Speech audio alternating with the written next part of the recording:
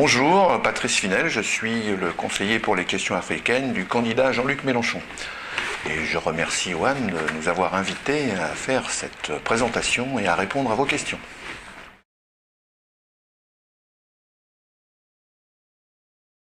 Bien évidemment, 0,7% se sera tenu, mais on pourrait d'ailleurs se demander pourquoi en 2015. Ça peut être fait avant, puisque tout ça renvoie à la façon dont nous finançons les dépenses nouvelles. Mais il y a deux questions supplémentaires. C'est d'abord que ces 0,7% soient honnêtes et sincères, donc c'est le mode de calcul, et qu'on ne rajoute pas tout ce que font les collectivités territoriales et les autres collectivités, il s'agit de 0,7% pour l'État, et d'autre part, pourquoi faire et avec qui?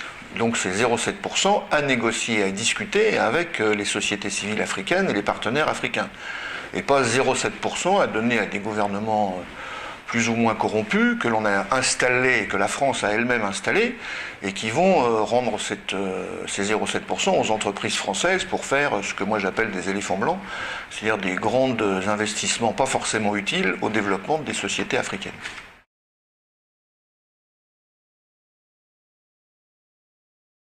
Alors, vous savez, on a un projet global. Nous, on est pour la 6ème République.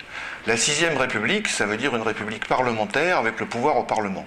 Donc c'est la fin de la cellule élyséenne africaine, c'est la fin du domaine réservé, et c'est la décision par le Parlement de l'ensemble des actes de coopération, mais je dirais même aussi des accords militaires, qui sont aujourd'hui tout à fait opaques.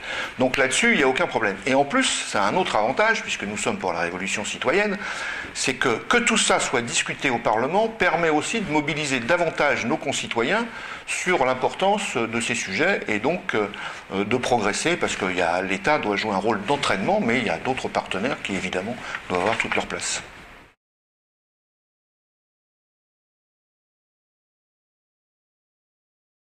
Alors, la transparence des entreprises. Il y a évidemment la transparence financière. Et donc là, c'est prendre toute une série de mesures contre les paradis fiscaux, c'est pousser au niveau européen à une coopération sur les transactions financières bien plus importante que ce qu'elle est aujourd'hui, c'est lutter contre l'impunité en traduisant en justice les corrompus de toute nature, mais il y a aussi la transparence écologique, sociale, économique. Quand vous voyez aujourd'hui les dévastations qui sont faites par des entreprises, par exemple nucléaires, genre Areva, ou par des forestiers qui pillent les forêts, il y a aussi exiger des bilans sur l'intervention générale de ces entreprises.